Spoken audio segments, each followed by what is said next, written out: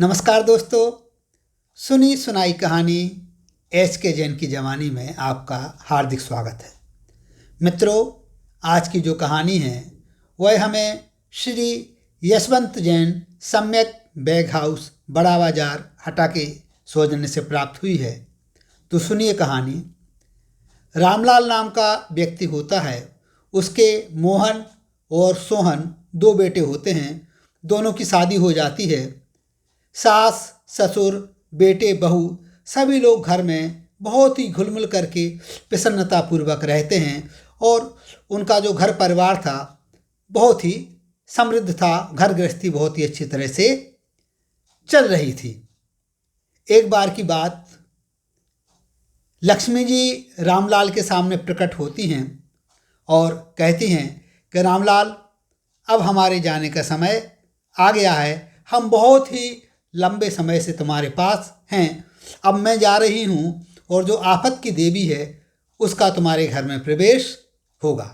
लेकिन तुमने अपनी मान मर्यादा का पूरा ध्यान रखा है, तो जाते समय यदि तुम मुझसे कुछ मांगना चाहो तो मांग सकते हो।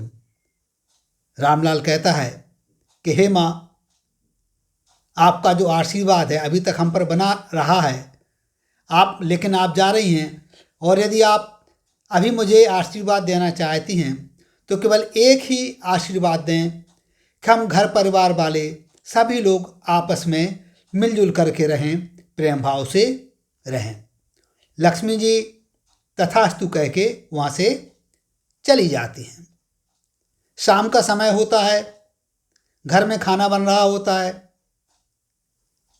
खाना बनाते समय सास और दोनों बहुएं अपना काम कर रही होती हैं। सभी मिलजुल करके काम कर रहे होते हैं। बड़ी बहू सब्जी में मसाले वगैरह डाल देती है और जैसे सब्जी बन रही होती है वो थोड़ा इधर उधर हो जाती है तो छोटी बहू यह समझती है कि अभी इसमें नमक नहीं डला है, जबकि बड़ी बहू पहले नमक भी उसमें डाल चुकी थी और नमक उसमें गलती से सब्जी में 2 बार पड़ जाता है। रामलाल खाना खाने के लिए बैठते हैं तो उन्हें समझ में आ जाता है कि सब्जी में नमक बहुत ज़्यादा हो गया है, 2 बार नमक पड़ गया है और वो समझ जाते हैं कि लक्ष्मी ने जो बात कही थी कि जो आफत की देवी है वो आपके घर में अब प्रवेश करेगी। तो वो समझ जाते हैं कि आफत की देवी ने प्रवेश कर दिया है और वो हम लोगों में आपस में झगड़ा कराना चाह रही है कि मैं सब्जी की बुराई करूं, अपनी बहुओं की बुराई करूं। लेकिन उन्होंने ऐसा नहीं किया और प्रसन्नतापूर्वक खाना खा लिया। खाना खा करके वो चले जाते हैं। इसके बाद उनके दोनों बेटे आते हैं। वो खाना खाने के लिए बैठते हैं। जैसे ही खाना खाना शुरू करते हैं उन्हें बहुत ही ज़्यादा नमक लगता है। दोनों एक दूसरे को देखने लगते हैं।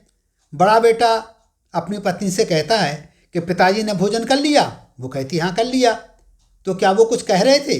नहीं, उन्होंने तो कुछ नहीं कहा। वो तो प्रसन्नतापूर्वक भोजन करके चले गए।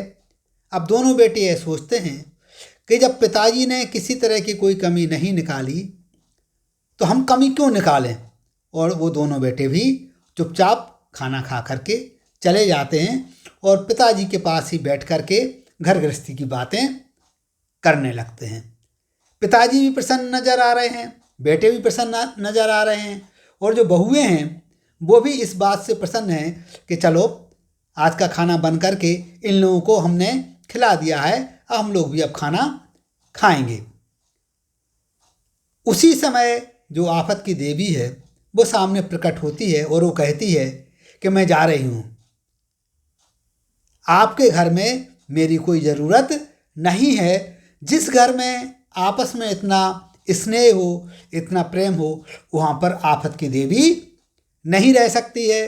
आफत की देवी वहीं रहती है जहाँ पर आपस में स्नेह नहीं होता है।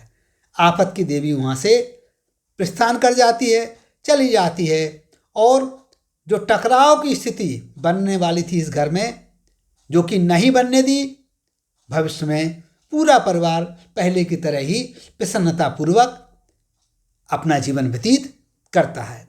तो मित्रों, यह जो कहानी है, यह कहानी हमारे लिए इस बात का संकेत दे रही है, संदेश दे रही है कि यदि हम अपने परिवार के साथ में मिलजुल करके रहते हैं, प्रेम पूर्वक रहते हैं, तो हमारा कभी कोई भी किसी प्रकार से बिगाड़ नहीं कर सकता है। तो इस प्रकार हम लोगों को ही एक प्रयास करना चाहिए कि सारे परिवार के साथ मिलजुल करके रहें। नमस्कार, जय हिंद, जय भारत।